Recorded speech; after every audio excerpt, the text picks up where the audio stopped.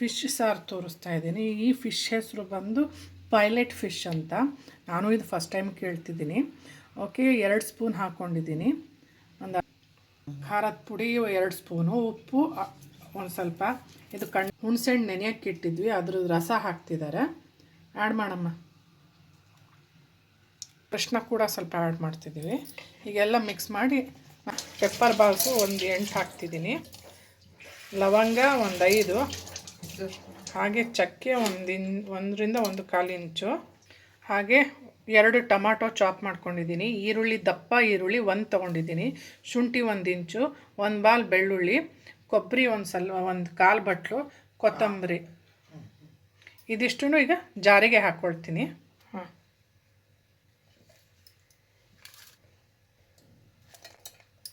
ಶುಂಠಿ, ಬೆಳ್ಳುಳ್ಳಿ, ಕೊತ್ತಂಬರಿ, ಕೊಬ್ಬರಿ, ದಪ್ಪ ಈರುಳ್ಳಿ 1.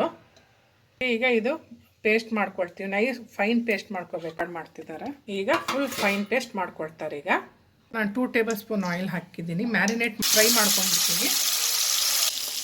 ಒಂದು 2 ಮಿನಿಟ್ಸ್ ಸಾಕು ಅಷ್ಟೇ. ತುಂಬ ಅಂದರೆ ತುಂಬ ಟೇಸ್ಟಿಯಾಗಿ ಆಗುತ್ತೆ. ಈ ಮೆಥಡಲ್ಲಿ ಮಾಡಿ ಹೇಗಾಗಿತ್ತು ಅಂತ ಕಮೆಂಟ್ ಬಾಕ್ಸಲ್ಲಿ ತಿಳಿಸೋಕ್ಕೆ ಇಷ್ಟ ಇದ್ದರೆ ತಿಳಿಸಿ.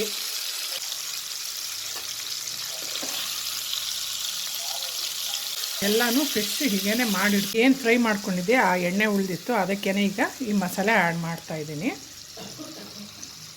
ಫುಲ್ ಆ್ಯಡ್ ಮಾಡಿದ್ದೀನಿ. ಈಗ ಆಯಿಲ್ ಸ್ವಲ್ಪ ಸರ್ತಾಯಿದ್ದೀನಿ. ಆ್ಯಡ್ ಮಾಡೋದು ಮರ್ತಿದ್ದೆ. ಟೇಸ್ಟ್ ನೋಡ್ಕೊಂಡು ಆ್ಯಡ್ ಮಾಡಿ, ಯಾಕಂದರೆ ಮ್ಯಾರಿನೇಟ್ ಮಾಡಿದಾಗ ಆ್ಯಡ್ ಮಾಡ್ತಿದ್ದೀನಿ. ಯಾಕಂದರೆ ಸಾರು ಮಾಡ್ತಿರೋದಲ್ಲ, ಹಾಗಾಗಿ ತೆಳು ಮಾಡಲೇಬೇಕು. ಕುದ್ದಿದೆ, ವಾಸನೆ ಎಲ್ಲ ಹೋಗಿದೆ. ಓಕೆ, 5 ನಿಮಿಷ, 5ರಿಂದ 6 ನಿಮಿಷ ಸಾಕು. ಒಂದು 5 ನಿಮಿಷ ಆದ ತಕ್ಷಣ ಹೇಗಾಗಿದೆ. ಓಕೆ ಗೈಸ್, ಫಿಶ್ ಸಾರು ರೆಡಿಯಾಗಿದೆ. ಹೇಗೆ ಅನ್ನಿಸ್ತು ಅಂತ ದಯವಿಟ್ಟು ಕಮೆಂಟ್ ಬಾಕ್ಸಲ್ಲಿ ತಿಳಿಸಿ. ಮನೇಲಿ ಮಾಡಿ ಕಮೆಂಟ್ ಬಾಕ್ಸಲ್ಲಿ ತಿಳಿಸಿ ಹೇಗಾಗಿತ್ತು ಅಂತ ಟೇಸ್ಟು. ಇಷ್ಟ ಆದರೆ ರೆಸಿಪಿ ಲೈಕ್ ಕೊಡಿ, ಇಷ್ಟ ಆಗಿಲ್ಲ ಅಂದರೆ ಡಿಸ್ಲೈಕ್ ಕೊಡಿ.